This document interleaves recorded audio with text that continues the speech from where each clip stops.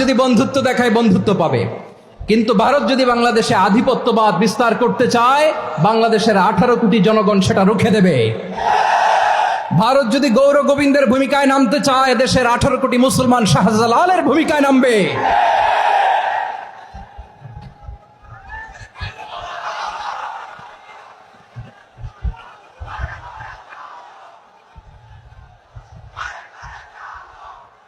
আমাদের প্রতিবেশী দেশকে বলতে চাই, আমাদের দেশ নিয়ে আপনাদের ভাবার দরকার নাই।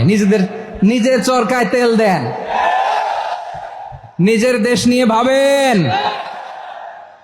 আমাদের একটা প্রতিবেশী দেশ আছে, আমরা আমাদের দেশ নিয়ে যত ভাবি তারা তার চেয়ে বেশি ভাবে।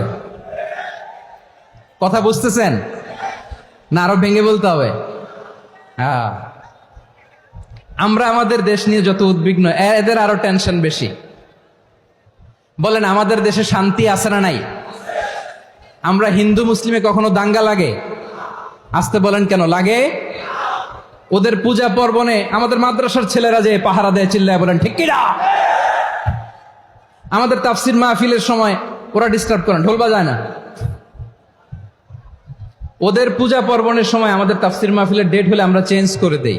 সুবহানাল্লাহ, কি সাম্প্রদায়িক সম্প্রীতির রোল মডেল।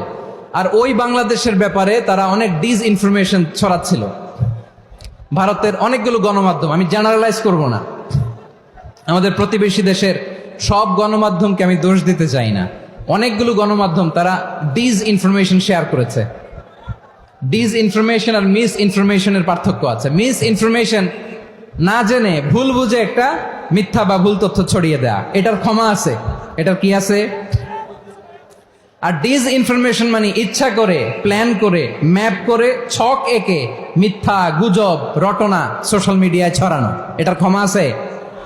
আওয়াজ করে বলেন, ক্ষমা আছে?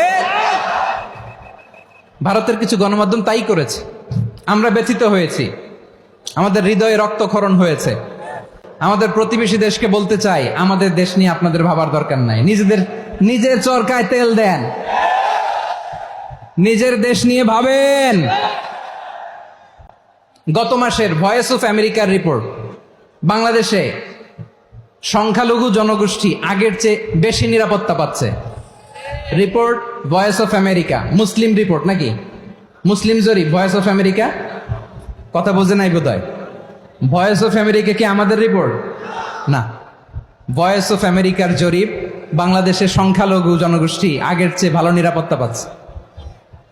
শুধু এখানেই শেষ না, মাইক্রোসফটের একটা জরিপ শোনায় আপনাদেরকে। তারা সারা পৃথিবীতে গুজব, ভুয়া আর মিথ্যা নিউজ ছড়ানোতে কোন দেশ সেরা একটা রিপোর্ট করেছে। এর মধ্যে 1 নম্বরে এসেছে ভারতের নাম।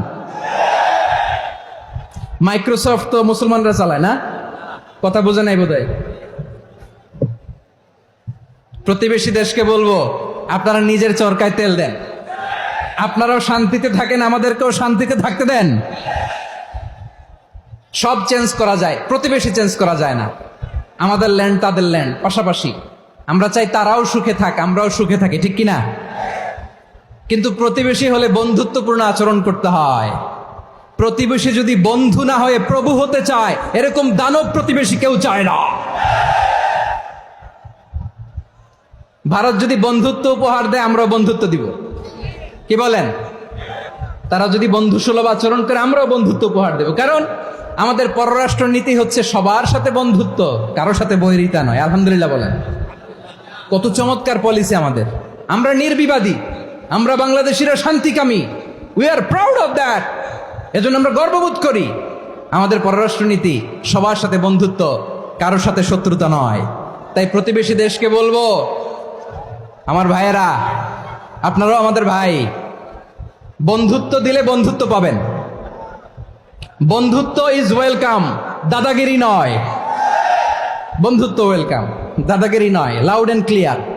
ভারত যদি বন্ধুত্ব দেখায় বন্ধুত্ব পাবে, কিন্তু ভারত যদি বাংলাদেশে আধিপত্যবাদ বিস্তার করতে চায়, বাংলাদেশের 18 কোটি জনগণ সেটা রুখে দেবে। ভারত যদি গৌর গোবিন্দের ভূমিকায় নামতে চায়, দেশের 18 কোটি মুসলমান শাহজালালের ভূমিকায় নামবে।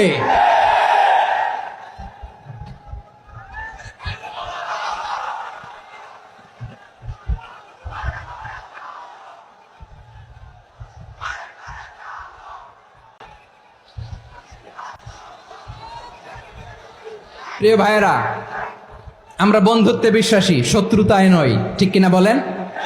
আল্লাহ আমাদেরকে বোঝার তৌফিক দান করুক। তাহলে এই যে তারা বলেছে এদেশে সংখ্যালঘুরা কষ্টে আছে, দুঃখে আছে, এটা কি ঠিক?